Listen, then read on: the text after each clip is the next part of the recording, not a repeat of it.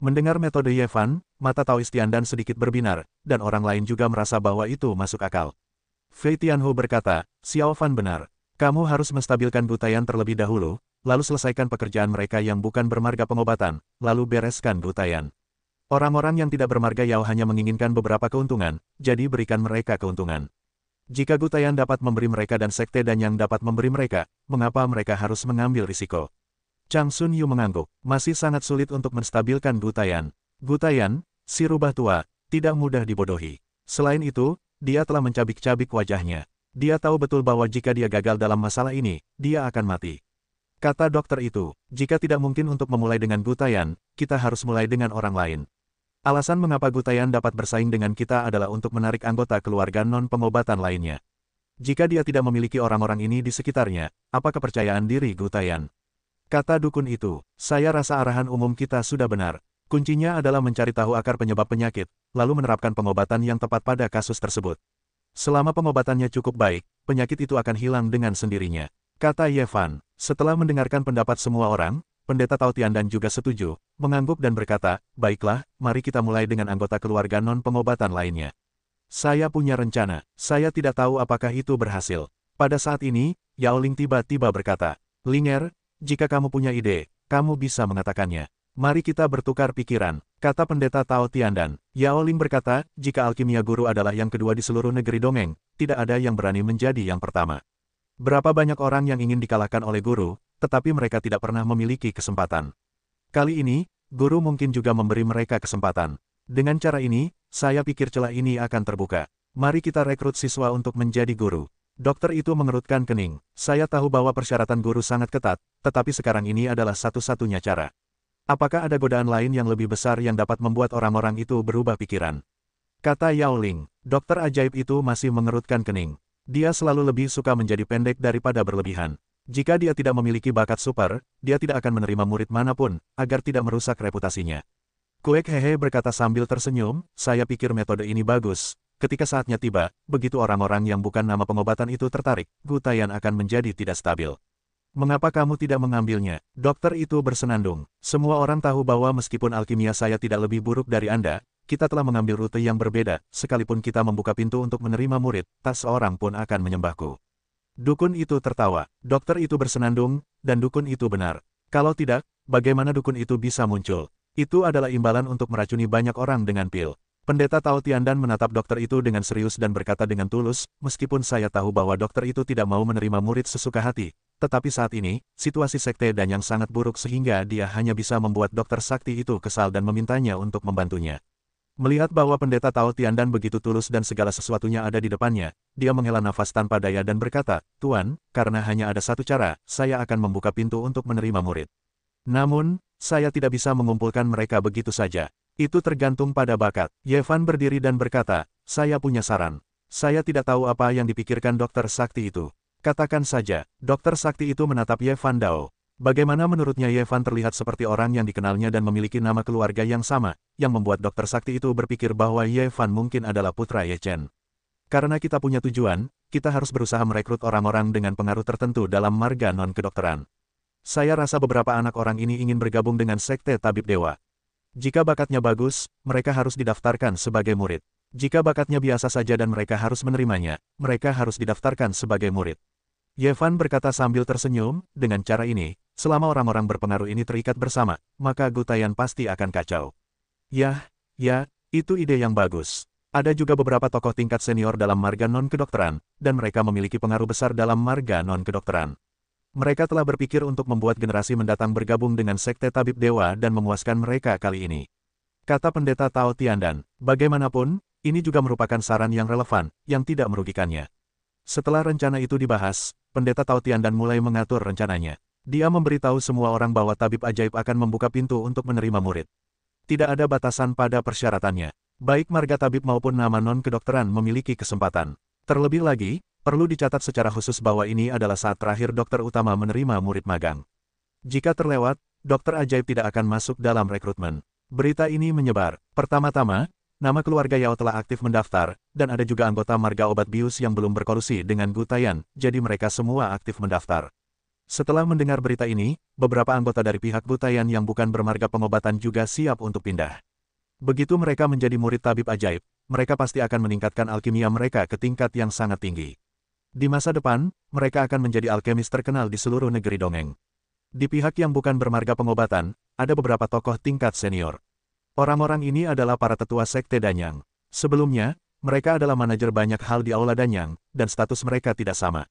Alasan mengapa dia dan Gutayan menggulingkan marga Yao kali ini adalah untuk mencari keuntungan yang lebih besar bagi diri mereka sendiri. Namun sekarang seluruh situasi tidak jelas. Seorang Hunyuan Deluo Jinxian telah meninggal di klan Tianwang, dan keluarga tertinggi klan Tianwang tidak banyak membuat keributan. Ini membuat mereka tidak tahu. Jika mereka terus seperti ini, apakah mereka dapat berhasil menggulingkan marga Yao masih sulit dikatakan. Itu sangat berisiko. Lebih baik memanfaatkan fakta bahwa kita belum bertarung secara menyeluruh sekarang dan sebelum kita tidak berhenti mati, kita harus meninggalkan jalan kembali untuk diri kita sendiri. Dengan ide ini, beberapa tetua non-obat berkumpul bersama dan mulai membahas masalah tersebut. Tolong, mereka semua kebetulan bertepatan. Namun, setelah Gutayan tahu bahwa tabib itu ingin menerima seorang murid, dia memiliki firasat buruk di dalam hatinya. Pada saat ini, tabib itu pasti memiliki rencana sebelumnya, dan dia segera menyadari kengerian masalah tersebut. Jadi, pada awalnya, dia mengirim orang kepercayaannya untuk menatap beberapa tetua, karena hanya mereka yang memiliki hak untuk berbicara dalam nama keluarga non-obat, dan dia tidak khawatir tentang yang lain. Oleh karena itu, ketika beberapa tetua membahas masalah ini bersama-sama, mereka tertangkap oleh Gutayan. Sudah berapa lama kamu terlambat? Apa yang sedang dibahas? Apakah Gutayan tidak boleh tahu? Gutayan tiba-tiba masuk ke ruangan tempat beberapa orang tua berdiskusi dan berkata dengan dingin. Beberapa tetua Zong terkejut dan merasa bersalah. Salah satu dari mereka berkata, Tetua Gu, apakah kamu mengirim seseorang untuk mengawasi kita? Gutayan berkata, beberapa tetua begitu bingung. Sepertinya aku tidak bisa memberitahu Gutayan sesuatu. Sekarang kita semua ada di sini. Sebaiknya kita ceritakan saja. Tetua Gu, karena kita berada di perahu yang sama sekarang, apakah kita punya ide lain? Selain itu, kita tidak bisa berkumpul selarut ini untuk mengobrol. Bukankah Tetua Gu tidur selarut ini? Apakah ada sesuatu yang selalu disembunyikan Gu Chang dari kita? Seorang Zong tua segera membalas. Wajah Gutayan muram. Sebelum dia bisa berbicara, pendeta Tao lainnya berkata, Tetua Gu, kita semua berada di perahu yang sama. Apakah tidak pantas bagi Tetua Gu untuk mengawasi kita? Orang-orang tua ini tidak mudah untuk dihadapi, kalau tidak mereka tidak akan menjadi tetua sekte Danyang. Wajah Gutayan hitam, dia mengepalkan tinjunya dan menggertakkan giginya. Dia berkata, kita semua terikat pada perahu yang sama, jadi jika ada sesuatu, kita harus membicarakannya bersama, kan? Itu wajar. Tetua Gu datang kepada kita begitu terlambat. Apakah itu sebabnya dia datang kepada kita? Kata seorang Zong tua. Gutayan menahan ketidakpuasannya dan berkata sambil tersenyum, tentu saja tidak. Anda pasti telah mendengar tentang penerimaan Dokter Dewa. Sekarang ada banyak keributan di Sekte Danyang. Beberapa orang dengan nama keluarga non-obat siap untuk pindah. Saya tidak tahu apa pendapat beberapa tetua. Setelah Gutayan selesai berbicara, dia melihat beberapa tetua sekte untuk melihat reaksi mereka. Semua tetua sekte ini adalah rubah tua. Meskipun tidak ada apa-apa di permukaan, ada rasa kerendahan hati di mata yang halus. Gutayan, seorang rubah tua, secara alami menangkap perubahan halus ini. Namun, dia tidak memiliki bukti apapun. Jika para tetua ini disingkirkan dalam keadaan seperti itu, dia tidak akan dapat menjelaskannya dengan nama keluarga non-narkoba. Bagaimanapun, para tetua ini juga memiliki kerabat mereka sendiri. Itu hanya tipuan dokter untuk mengumpulkan murid. Jika Anda memiliki sedikit pemahaman tentang pikiran Anda dapat memahaminya. Seorang tetua sekte tua berkata, mereka memiliki beberapa pikiran yang tidak dapat dihindari. Bagaimanapun, banyak orang ingin bergabung dengan dokter ajaib. Ya, selalu ada beberapa orang yang gelisah. Mereka tahu bahwa ini adalah permainan, tetapi mereka harus terjun ke dalam. Gutayan menghela napas dan berkata, karena situasi seperti itu telah muncul, kita harus mencoba mengatasinya. Bagaimana pendapatmu? Bagaimana pendapatmu? Seorang Zong tua melemparkan bola langsung ke Gutayan. Gutayan berkata pelan, mari kita perjelas kepada kalian semua bahwa masalah ini akan diserahkan kepada beberapa Zonglao. Saya berharap beberapa Zonglao tidak akan mengecewakan Gu. Di masa depan, setelah mengambil alih Sekte Danyang, beberapa tetua Zong akan menjadi pejabat yang berjasa. Jangan khawatir, Tuan Gu. Kami akan melakukannya dengan baik. Beberapa Zonglao Ren setuju. Gutayan mengangguk dan meninggalkan ruangan dengan senyum penuh arti. Sepertinya Gutayan, si rubah tua, tidak pernah mempercayai kita dan sebenarnya memata-matai kita. Wajah Anzong tua langsung menunduk dan berkata dengan sangat marah. Karena Gutayan tidak begitu mempercayai kita, apa yang dia katakan sebelumnya hanya ingin memanfaatkan kita. Pada saat itu, begitu Danyang Zong menjadi miliknya, kita pasti akan dibunuh olehnya sebagai contoh. Kalau begitu, kita tidak perlu memikirkannya lagi. Beberapa Zonglao sangat tidak puas, dan sekarang telah diputuskan untuk memperhatikan garis berdiri yang baru. Gu Taiyan kembali ke halamannya. Wajahnya sangat jelek. Dapat dikatakan bahwa itu suram seperti air. Jika para leluhur ini memberontak, lebih dari separuh jenderal non-obat akan mengikutinya. Dia telah bekerja keras begitu lama sehingga dia memiliki kekuatan untuk bersaing dengan marga Yao. Jika para tetua ini telah merusak segalanya, bukankah itu terlalu menyedihkan? Semakin Gu Taiyan memikirkannya, semakin marah dia. Berdiri di halaman, dia menatap langit dan berkata pada dirinya sendiri, kamu tidak boleh membiarkan ini terjadi. Mereka yang bermimpi menjadi murid tabib ajaib juga melihat harapan dan melaporkan nama mereka tanpa ragu-ragu. Banyak orang hanya melaporkan nama keluarga pengobatan saja. Meskipun tidak ada yang mendaftar untuk nama keluarga non-pengobatan, kebanyakan dari mereka siap untuk pindah. Pendeta Tao Tiandan juga melihat rencana ini dan memutuskan bahwa rencana ini dapat dilaksanakan. Patriark, saya pikir kita harus mengirim seseorang untuk menghubungi para tetua itu secara diam-diam. Jika mereka yakin bahwa mereka memiliki hati untuk berubah pikiran, mereka harus segera dilindungi. Ye Fan tiba-tiba mengusulkan saat ini. Setelah mendengar pidato itu, Pendeta Tao Tiandan menyipitkan matanya dan berpikir sejenak dan berkata, kamu benar. Para tetua itu harus dilindungi. Begitu sesuatu terjadi, tingkat keberhasilan rencana kita akan sangat berkurang. Biarkan saya menangani masalah menghubungi Zonglao. Saya juga ingin berkontribusi pada keluarga Zong. Yao Ling berkata dengan sukarela. Pendeta Tao Tiandan memikirkannya sejenak. Meskipun Yao Ling masih anak-anak, dia telah mengalami begitu banyak hal. Dia bukan gadis yang dulu, dan dia juga perlu ditempa. Jadi dia mengangguk dan berkata, baiklah, ini adalah tanggung jawab Linger. Kamu pasti bisa melakukannya. Ya, Linger tidak akan mengecewakan ayahnya. Yao Ling berkata dengan sungguh-sungguh. Itu bukan kelompok narkoba, tetapi halaman Gu Taiyan. Ayah, apakah kamu mencariku? Gu Liancheng mendatangi Gu Taiyan dan berkata dengan hormat.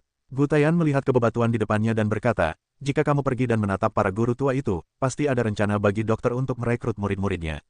Pada saat ini, tidak boleh ada kesalahan, orang-orang tua itu sangat penting.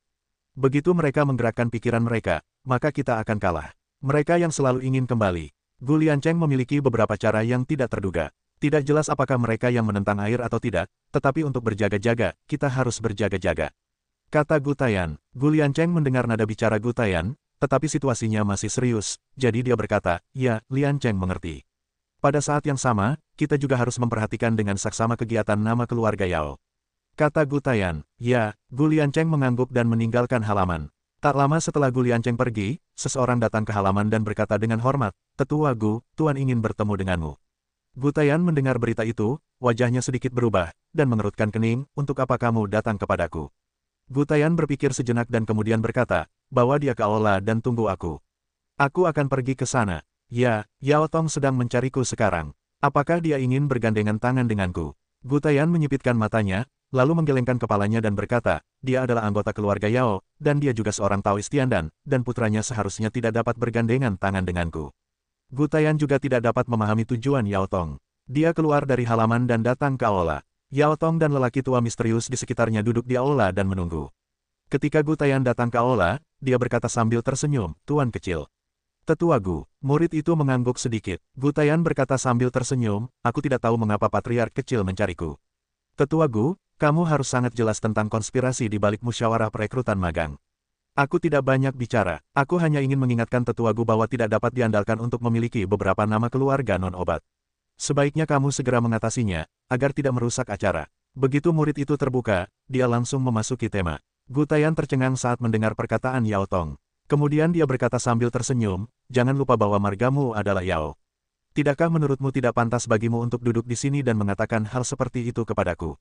Penatua Gu, margaku bagus, tetapi aku tidak tahu kedudukanku dalam marga pengobatan.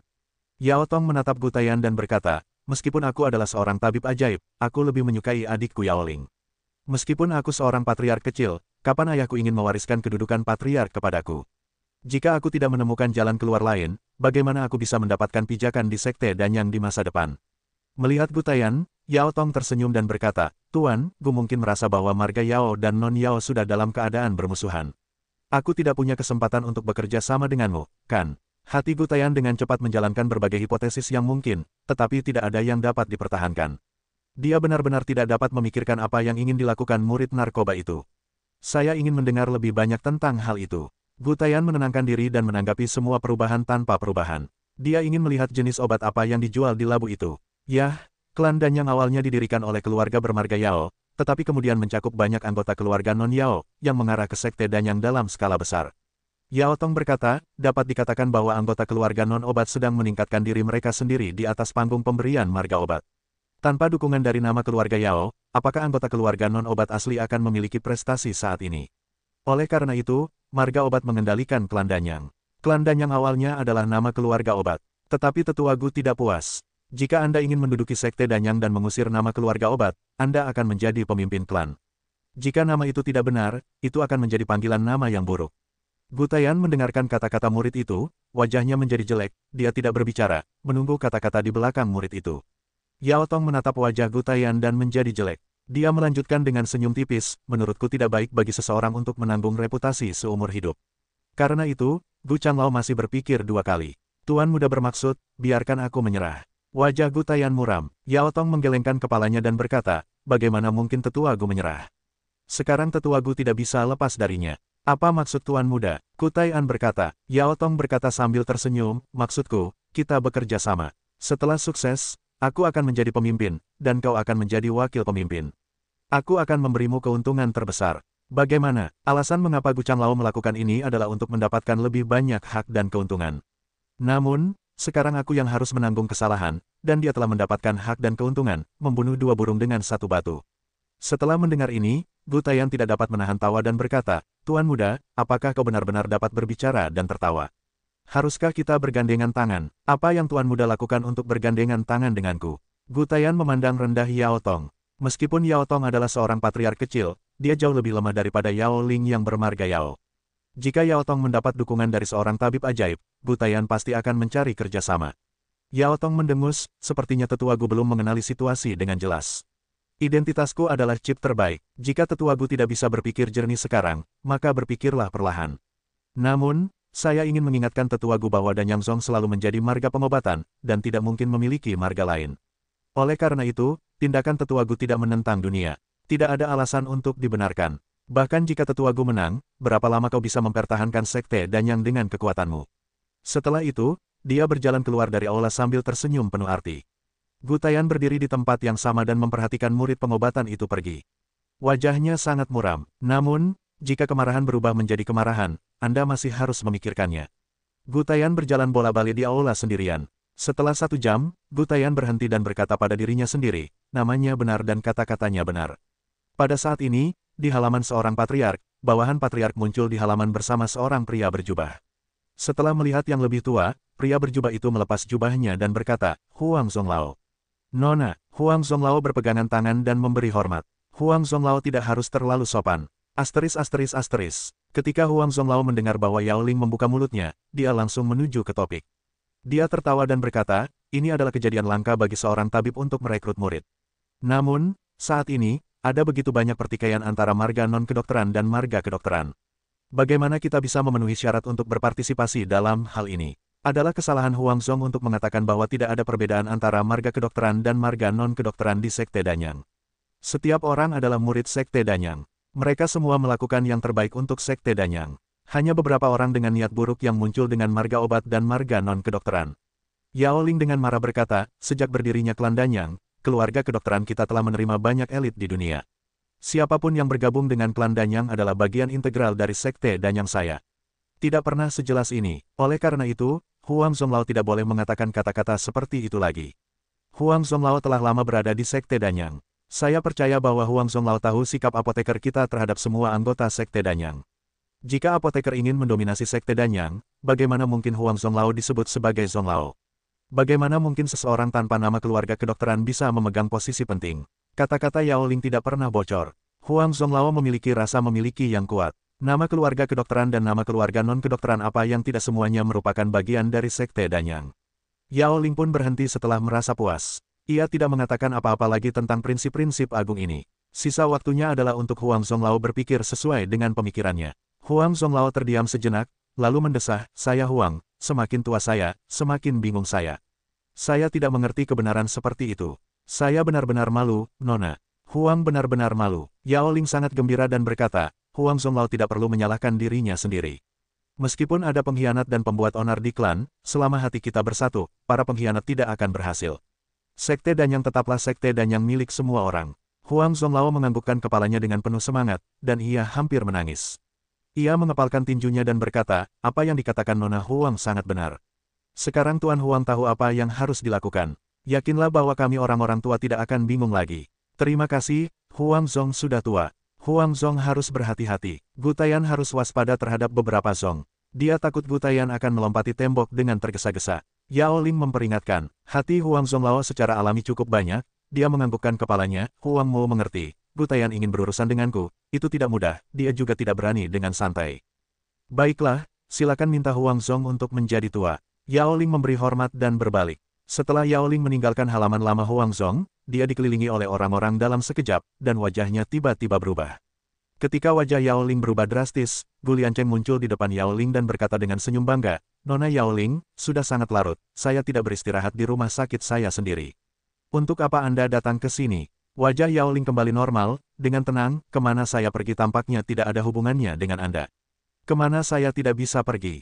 Apakah Anda ingin melaporkannya kepada Anda? Petik 2. Gu Liancheng berkata sambil tersenyum, yaitu, klan Danyang ini adalah klan Danyang dari keluarga Marga Yao. Tentu saja, Nona Yao Ling pergi kemana-mana. Tentu saja, kita tidak punya hak untuk mencampuri marga lain. Diaken Gu, Anda tidak bisa mengatakan ini dengan santai. Sekte Danyang bukan milik saya, tetapi milik kita semua. Apa tujuan Diaken Gu mengatakan ini? Apakah Anda ingin membiarkan moral internal Sekte Danyang menjadi lemah? Apa niat Anda? Yao Ling bertanya dengan suara tajam. Nada suaranya sangat tegas, dan matanya menatap Gu Liancheng. Meskipun dia hanya seorang wanita lemah tanpa prestasi, momentum yang terpancar dari momen ini benar-benar membuat Gu Liancheng merasa terkejut. Mata Gu Liancheng goyah beberapa kali, lalu wajahnya menjadi suram dan berkata, Nona Yao Ling memiliki mulut yang pintar. Marga pengobatan Andalah yang mendominasi Sekte Danyang, yang mempermalukan anggota keluarga yang bukan pengguna narkoba. Kualifikasi apa yang Anda miliki untuk mengatakan hal seperti itu? Dipermalukan, Yao Ling mencibir dan berkata, maaf, Diaken Gu, penghinaan apa yang telah Anda derita? Ayah Anda, Tetua Gu, bukan bermarga dia. Dia telah menjadi Tetua Agung Sekte Danyang. Apakah Anda bukan bermarga tabib? Sekte Danyang bukanlah Diaken di Danyang, tetapi Anda bukanlah Diaken di Danyang. Apakah terlalu mengada-ada bagi Anda untuk mengatakan bahwa marga Yao itu sewenang-wenang dan bahwa Anda telah dipermalukan? Jika nama Yao benar-benar sewenang-wenang dan dipermalukan, apakah Anda dan ayah Anda masih dapat memegang posisi penting?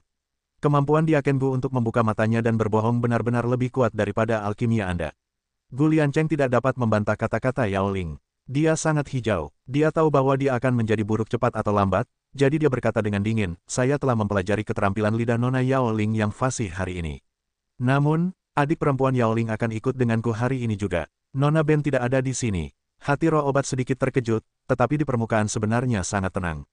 Anda tidak dapat membantu Nona Yao Ling. Gu Liancheng bersenandung dan memberi isyarat kepada orang-orang di sekitarnya. Orang-orang segera mendekati Yao Ling, mencoba mengendalikannya. Puff, puff. Pada saat ini, mereka yang dekat dengan roh obat tiba-tiba memuntahkan aliran darah, dan kemudian jatuh ke tanah. Gu Liancheng terkejut dengan pemandangan yang tiba-tiba ini, dan Yao Ling juga cukup terkejut. Kemudian, dua sosok muncul di depan Yao Ling, yang adalah Ye Fan dan Fei Tianhu. Begitu banyak orang menindas seorang gadis, apakah Anda layak menjadi seorang pria?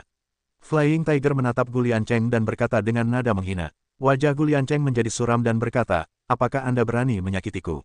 Tidak seorang pun dari Anda akan pergi hari ini.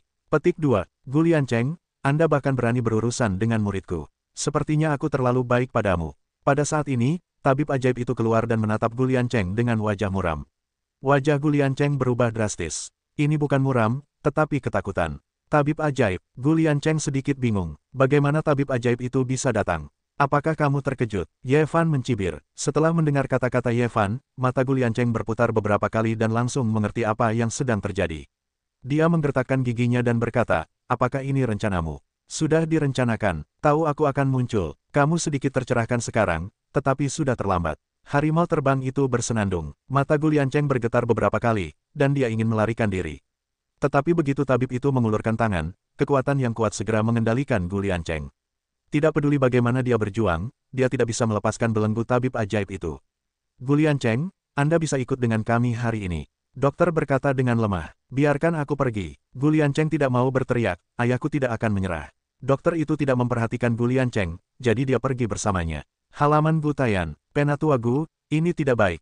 Diakon Gu telah ditangkap oleh tabib ajaib. Pada saat ini, seorang pria bergegas ke halaman dan berkata dengan cemas. Wajah Gutayan berubah dan berkata, apa yang terjadi? Pria itu berkata, ketika Diakon Gu sedang memantau beberapa Zonglaos, dia menemukan Nona Yaoling sedang mencari Huang Zonglao. Diakon Gu berencana untuk membawa Nona Yaoling kembali, tetapi dia tidak menyangka tabib ajaib itu akan muncul, jadi dia membawa Diakon Gu pergi. Yaoling pergi menemui Huang Zong. Apakah ada tabib ajaib lagi? Setelah mendengar ini, Gutayan mulai memikirkan penyebab dan akibat dari semua ini. Gutayan segera mengetahui masalahnya, dan dia berkata dengan marah, rencana apa? Penatua Gu, apa yang harus kita lakukan sekarang? Tanya pria itu. Jangan khawatir, mereka tidak akan melakukan apapun terhadap Lian Cheng.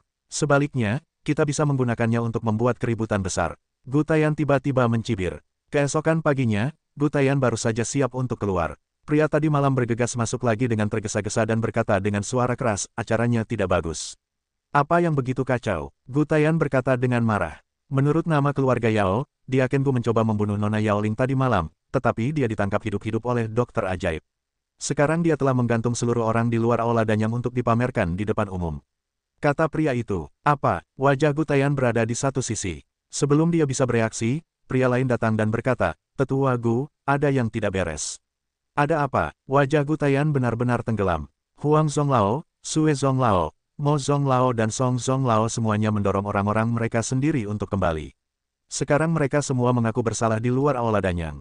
Apa? Wajah Gutayan bahkan lebih jelek. Dia hampir menyemburkan seteguk darah, menjijikkan. Sialan, para pengkhianat ini. Di luar aula Danyang, Gu Liancheng digantung dan digantung di pilar-pilar batu di luar aula Danyang. Di luar aula, ada 4 orang tua dengan milik mereka sendiri untuk mengaku bersalah. Pendeta Tao Tiandan melihat bahwa keempat guru tua itu telah berubah pikiran, jadi dia tertawa dan berkata kepada Yao Ling, Linger, ini adalah hal yang baik. Nah, sekarang keempat guru tua itu telah kembali, Gutayan dibiarkan sendiri. Hal berikutnya yang harus dilakukan adalah membiarkan keempat orang tua itu menuntut Gutayan atas kejahatannya. Hanya dengan cara ini kita dapat memiliki persuasi yang cukup besar. Pada saat itu, Gutayan akan mengkhianati kerabatnya. Yao Ling berkata sambil tersenyum. Ya, kita akan membiarkan Gutayan mati sepenuhnya tanpa mengorbankan seorang prajurit dan satu klan. Pendeta Tao Tiandan tertawa. Kemudian, Pendeta Tao Tiandan berkata kepada keempat tetua, apa kesalahan keempat tetua? Kalian semua adalah pejabat berjasa dari Sekte Danyangku. Patriark, kitalah yang bingung. Setelah mendengarkan omong kosong Gutayan, kitalah pendosa Sekte Danyang. Huang Zonglao berkata dengan rasa bersalah. Tuan-tuan, Sekte Danyang adalah Sekte Danyang. Tidak ada perbedaan antara marga pengobatan dan marga non-pengobatan. Beberapa orang ingin memecah belah klan Danyang, dan aku tidak akan pernah mengizinkannya. Pendeta Tao Tiandan berkata dengan sungguh-sungguh. Tuan-tuan, tolong dengarkan aku. Dalam beberapa tahun terakhir, perlakuan kita di Sekte Danyang tidak lebih buruk daripada anggota marga Yao. Sekte Danyang adil. Apa yang membuat kita tidak puas?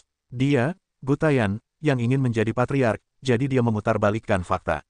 Kita tidak boleh membiarkan konspirasinya berhasil. Para murid yang masih tersihir, tolong cepat bangun. Di luar aula Danyang, Gutayan berdiri di tempat rahasia dan melihat semua ini. Dia perlahan menutup matanya dan tahu dalam hatinya bahwa semua rencananya yang susah payah kini telah sia-sia. Dia menyemburkan seteguk darah, dan tubuhnya mulai gemetar. Dia berkata pada dirinya sendiri, sudah berakhir, semuanya sudah berakhir. Gutayan berjalan kembali ke wilayahnya sendiri. Begitu dia kembali, orang-orang dari keluarga Raja Surgawi sudah menunggunya. Ketika dia melihat ekspresi orang-orang dari keluarga Raja Surgawi, hatinya juga sedikit berantakan. Gutayan, apakah ini janjimu kepada kami? Seorang lelaki tua dari klan Tianwang berkata dengan dingin. Gutayan menghela nafas dan berkata, sekarang, apa lagi yang bisa dikatakan? Semuanya sudah berakhir. Yah, itu hanya membuang-buang waktu kita. Lelaki tua dari klan Tianwang menatap Gutayan dengan amarah di matanya, dan kemudian dengan lambaian tangannya, semua orang Tianwang meninggalkan Sekte Danyang, www. Gutayan datang ke halamannya dan duduk. Sesaat, seluruh orang itu tampak jauh lebih tua. Setelah beberapa saat, sekelompok besar orang bergegas masuk, dipimpin oleh Pendeta Tao Tiandan, dan seluruh halaman dikepung. Gutayan melihat begitu banyak orang bergegas masuk. Setelah melihat Pendeta Tao Tiandan, dia mencibir dan berkata, kalau tidak, kamu menang. Sejak zaman dahulu, kejahatan tidak akan pernah bisa menjadi baik, dan kegagalanmu pasti akan berakhir. Jalan Tiandan itu manusiawi. Gutayan mencibir, dan senyumnya penuh dengan sarkasme dan berkata, kejahatan tidak bisa menjadi baik. Sungguh baik, aku sudah mengenalinya. Kamu menang. Penatua Gu, baca bahwa kamu telah memberikan banyak kontribusi di Sekte Danyang. Aku akan memberimu seluruh tubuh. Minumlah pil ini. Pendeta Tao Tiandan melemparkan botol giok. Gutayan melihat botol giok itu, ekspresinya sangat tenang. Dia mengambil botol giok itu, lalu melihat ke langit dan tertawa. Tanpa ragu, dia memasukkan pil itu ke dalam mulutnya. Ekspresi Gutayan langsung kaku, napasnya cepat menghilang, sisa-sisa vitalitasnya sudah habis. Kubur Gutayan, Pendeta Tao Tiandan berkata dengan enteng. Aula Danyang Zong, Gutayan, pelaku utama Sekte Danyang, telah dieksekusi, dan anggota lain yang bermarga non-narkoba telah mengakui kesalahan mereka sepenuhnya. Krisis Sekte Danyang telah sepenuhnya teratasi. Pendeta Tao Tiandan sangat gembira dan berkata, kali ini, kita dapat menyelesaikan pertikaian sipil dengan lancar, yang tidak terlepas dari bantuan beberapa penganut Tao dari Zhao Hua Xianzong. Atas nama Sekte Danyang, saya ingin mengucapkan terima kasih kepada Zhao Hua Xianzong. Beberapa teman Taoisme saling membantu. Sama-sama, karena kita sekutu, kita harus bertekad untuk membantu. Kami juga sangat senang bahwa Danyang Zong dapat menyelesaikan krisis kali ini. Kata tetua tertinggi Xianzong. Sekte ini menyatakan bahwa Sekte Danyang dan Cai Hua Xianzong akan bersahabat dari generasi ke generasi, dan Sekte Danyang akan memberikan sejumlah pil berkualitas tinggi setiap tahun untuk membalas bantuan Kaisar. Taois Tiandan berkata dengan sungguh-sungguh. Tentu saja, tetua tertinggi Xianzong senang. Jika ada persediaan pil Sekte Danyang, itu akan sangat membantu Zhao Hu Xianzong. Selain itu, Ye Fan, Hu Qinglin, dan Chang Sun kalian, 3 sahabat muda, memberi kami saran dan masukan untuk Sekte Danyang kami. Kami dapat menyelesaikan masalah ini dengan sukses. Masing-masing dari kami akan diberi hadiah 10 pil dari berbagai jenis dan token VIP dari Aula Danyang. Di masa mendatang, kalian dapat dengan bebas memasuki tempat manapun di Aula Danyang. Kecuali pil khusus yang diperlukan, sisanya gratis. Taois Tiandan juga sangat membantu. Ye Fan, Fei Tian Tiger, dan Chang Sun Yu semuanya maju untuk menerima hadiah. Fei Tian Tiger berkata sambil tersenyum, itu sudah berkembang. Kita akan kaya di masa depan. Ye Fan berkata sambil tersenyum. Malam ini, para anggota sekte mengadakan jamuan makan, dan mengundang beberapa teman Tao untuk menghargainya. Kata Tao Tiandan sambil tersenyum. Dengan cara ini, urusan Sekte Danyang berakhir untuk sementara waktu, dan masalah internal teratasi tanpa menyebabkan terlalu banyak kerugian. Selain itu, Sekte Danyang dan Xianzong dari Zhao Hua juga menjalin aliansi dan kerjasama yang bersahabat. Setelah beberapa saat, Ye Fan dan Fei Tian Tiger datang ke Gunung Tianhu dari Danyang Zong, dan memberitahu Ye Chen segalanya tentang Sekte Danyang. Setelah mendengarnya, Ye Chen memuji Ye Fan atas penampilannya yang bagus. Bagaimana sikap Yao Tong dalam pertikaian internal ini? Ye Chen bertanya. Fei Tian Tiger berkata, Yao Tong tidak punya sikap. Sepertinya semua ini tidak ada hubungannya dengan dia. Aku ragu apakah orang ini adalah tuan muda Sekte Danyang. Dia tidak khawatir sama sekali. Ye Fan juga mengangguk, dengan wajah bingung. Ye Fan mendengus, tentu saja dia tidak terburu-buru. Dia hanya ingin menonton pertarungan burung snipe dan remis, lalu datang ke tempat pemancingan ikan untuk mendapatkan keuntungan. Fei Tianhu dan Ye Fan tercengang setelah mendengarnya. Ye Chen berkata, Yao Tong sangat ambisius. Kali ini, dia pasti ingin melihat pertarungan antara marga tabib dan non-tabib, lalu mendapatkan keuntungan. Yang tidak dia duga adalah Gutayan gagal begitu cepat. Meskipun dia adalah patriark kecil Sekte Danyang, ada beberapa roh obat di Sekte Danyang.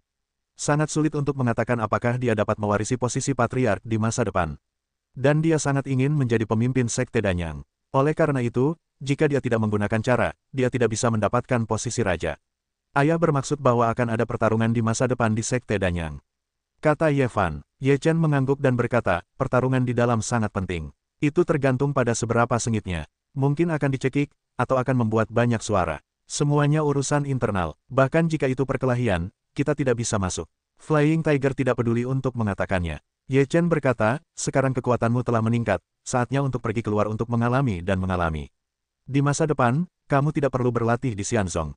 Pergi keluar untuk mengalami lebih banyak dan melihat lebih banyak tentang dunia luar. Ye Fan mengangguk dengan penuh semangat. Dia sudah lama ingin pergi keluar untuk berlatih dengan baik. Ye Fan dan Fei Tianhu tinggal di Gunung Tianhu selama setengah bulan sebelum mereka pergi. Mereka tidak kembali ke Cai Hua Xianzong. Sebaliknya, mereka berencana untuk berkeliaran di luar sekarang. Ye Chen, beberapa hari setelah Ye Fan dan Fei Tian Tiger pergi, menerima surat dengan beberapa kata di atasnya, tolong segera saat kamu dalam kesulitan. Setelah Ye Chen menerima surat itu, wajahnya berubah menjadi burung bangau putih dan terbang menjauh.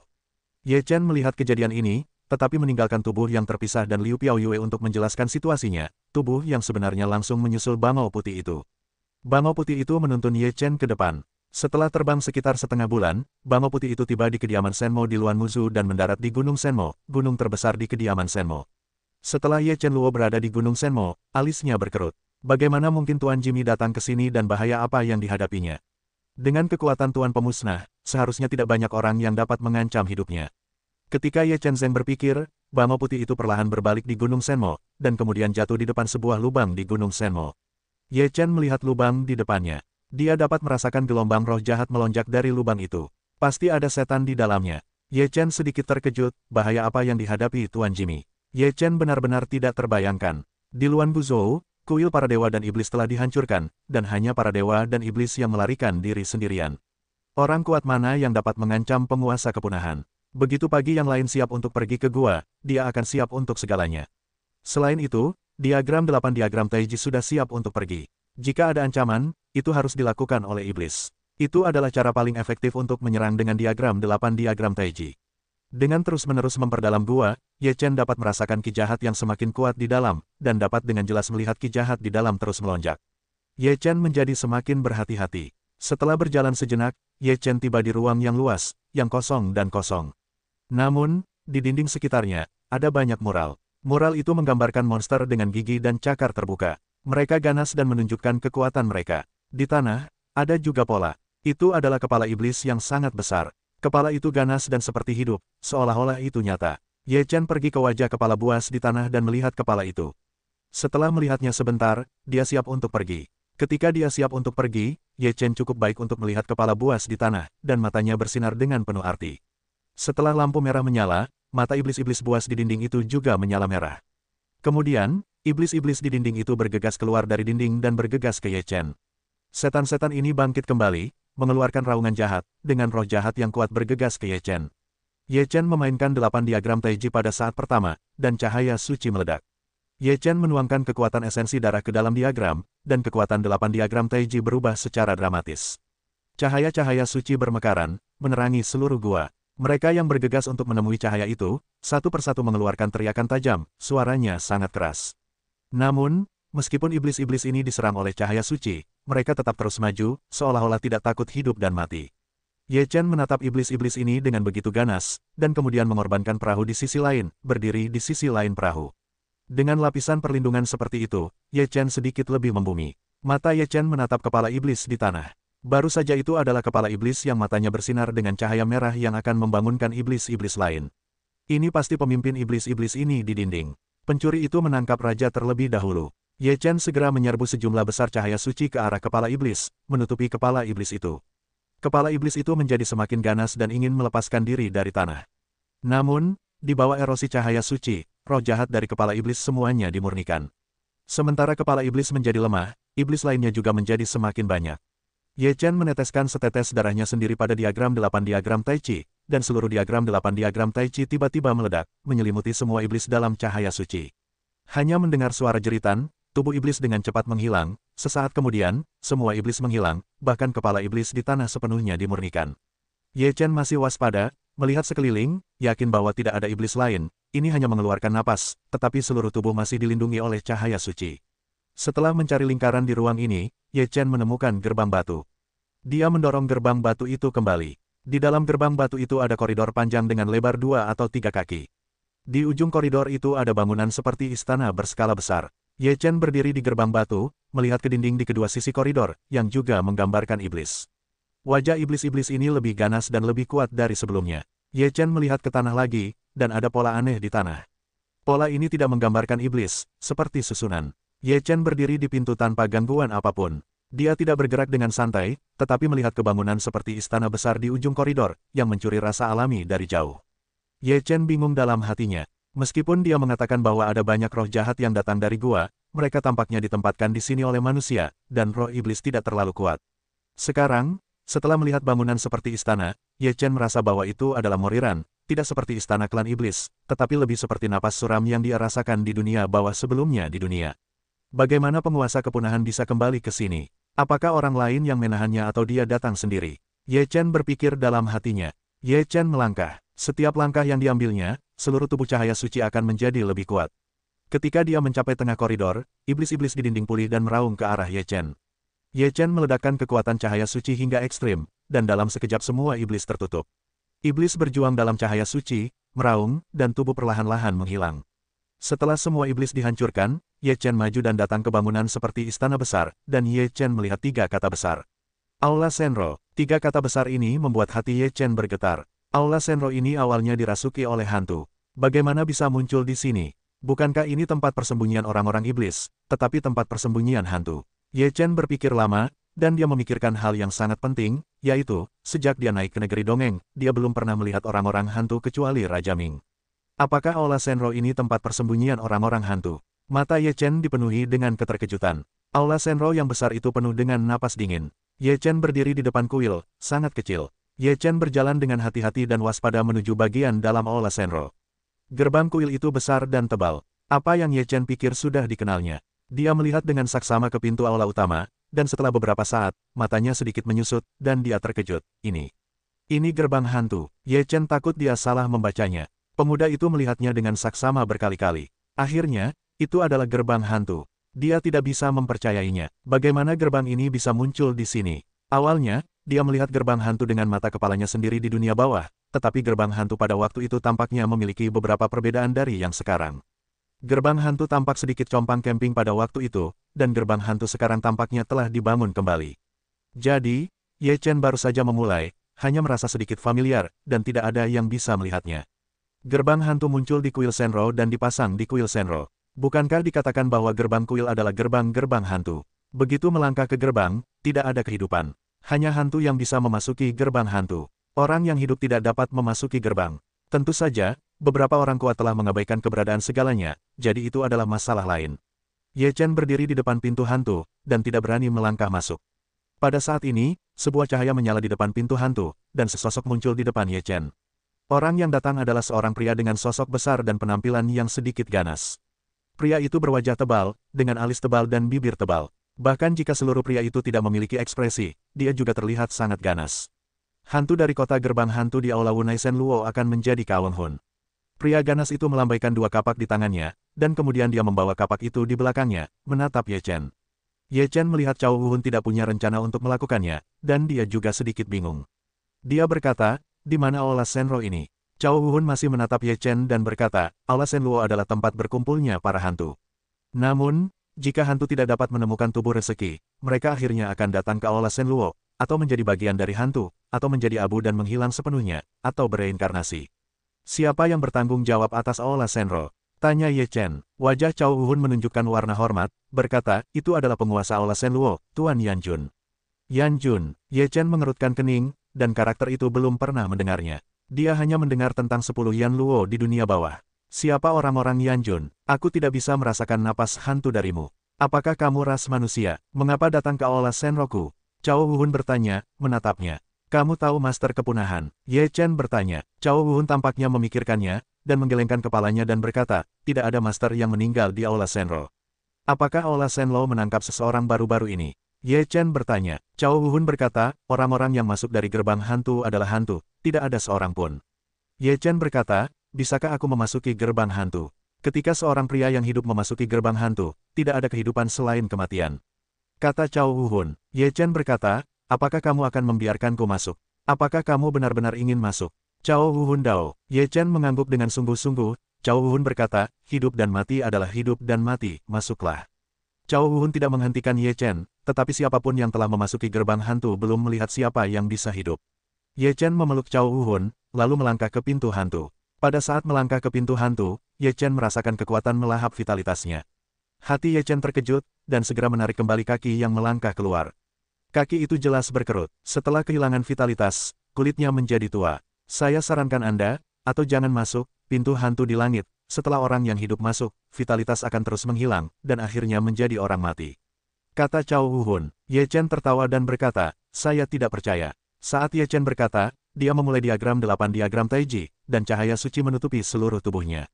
Pada saat ini, tubuh Cao Wuhun tanpa sadar melangkah mundur beberapa langkah, lalu menatap Ye Chen dengan ngeri. Kemudian, Cao Wuhun mengeluarkan napas yang kuat, dua kapak di tangan, siap untuk bertarung. Siapa kau? Cahayamu akan mengancam kuil Senlo. Kau tidak bisa masuk. Cao Wuhun berkata bahwa dia akan memalingkan wajahnya. Ye Chen tertegun sejenak, berkata, aku harus masuk. Kau tidak ingin memasuki pintu hantu kecuali kau mengalahkanku. Cao Wuhun melambaikan kapak di tangannya, dan aliran gas hantu melonjak, dan tubuhnya yang besar bergegas ke Ye Chen. Ye Chen segera mengorbankan pedang hijau dan emas darah suci, menjalankan formula abadi menelan Daluo, dan menuangkan kekuatan penuh ke dalam pedang hijau dan emas darah suci. Pedang hijau dan emas darah suci tiba-tiba berdengung, dan cahaya hijau itu menyilaukan. Sekarang, kekuatan Ye Chen telah menembus ke tingkat Jinxian. Sekarang jauh lebih mudah untuk mengaktifkan pedang hijau dan emas darah suci dengan menjalankan Daluo Yan Xianjue, dan kekuatan pedang hijau dan emas darah suci telah menjadi puluhan kali lebih kuat dari sebelumnya. Dua kapak papan Cao Wuhun terbelah. Ye Chen mengayunkan pedang hijau dan emas darah suci, dan satu pedang menyapu. Roh pedang hijau setengah bulan dengan momentum menyapu bertabrakan dengan dua kapak papan Cao Wuhun. Ledakan, dengan suara keras, roh pedang Ye Chen hancur. Cao Wuhun terbelah dengan momentum yang tak terhentikan. Mata Ye Chen sedikit membeku, dan tubuhnya langsung berkedip dan menghilang. Dua kapak papan Cao Wuhun terbelah di tanah, membelah tanah menjadi dua retakan besar. Melihat Ye Chen menghilang, Cao Wuhun segera melihat ke belakangnya. Pada saat ini, sosok Ye Chen muncul di pintu gerbang hantu. Begitu wajah Cao Wuhun berubah, dia segera bergegas ke gerbang hantu. Ye Chen berkata dengan dingin, "Aku pergi dulu." Ye Chen melesat pergi, dan tubuhnya melesat masuk ke pintu hantu. Cao Wuhun mengejar pintu hantu itu. Melihat Ye Chen masuk, matanya menatapnya. Dia tidak bisa masuk ke pintu hantu, tetapi hanya bisa melihat ke pintu hantu. Setelah hantu di pagi hari, tidak ada hantu di pintu itu. Setelah Ye Chen memasuki gerbang hantu, pemandangan di depan matanya bukanlah aula, tetapi dunia yang penuh dengan hantu dan gas kematian, tempat banyak jiwa berkeliaran. Beberapa dari jiwa-jiwa ini ganas dan ganas. Mereka suka menyerang jiwa lain dan menjadi kuat dengan menelan jiwa lain. Beberapa jiwa sangat lemah dan hampir hanyut. Beberapa jiwa berkeliaran tanpa tujuan dan tidak tahu kemana mereka pergi. Ye Chen, seorang pria besar yang hidup, muncul di antara tumpukan jiwa, beberapa dari mereka adalah yang lain, dan diawasi oleh banyak jiwa, terutama beberapa jiwa yang ganas. Melihat seorang pria besar yang hidup muncul, dia ingin melahap jiwa Ye Chen dan menempati tubuh ini. Mungkin dia bisa keluar dari gerbang hantu. Jika kamu tidak ingin mati, jujurlah. Ye Chen menatap jiwa-jiwa yang ganas itu dan tahu apa yang ada di dalam hati mereka, jadi dia minum dengan dingin. Jiwa-jiwa yang ganas itu merasakan aura Ye Chen dan napas cahaya suci, jadi mereka tidak berani mendekat. Aku akan bertanya padamu, apa yang ada di depan? Ye Chen berkata kepada jiwa yang ganas. Jiwa yang ganas itu adalah seorang pria parubaya. Dia merasakan napas Ye Chen dan tahu dia tidak bisa diprovokasi. Jadi dia berkata, di depan adalah kam hantu jahat. Roh-roh jahat di sana cukup kejam, jadi kami tidak berani pergi ke sana. Setelah mendengar ini, Ye Chen berkata, mengapa kam hantu jahat? Bagaimana kalian para jiwa bisa bereinkarnasi? Kami para jiwa kuat atau tertelan? Kata jiwa itu.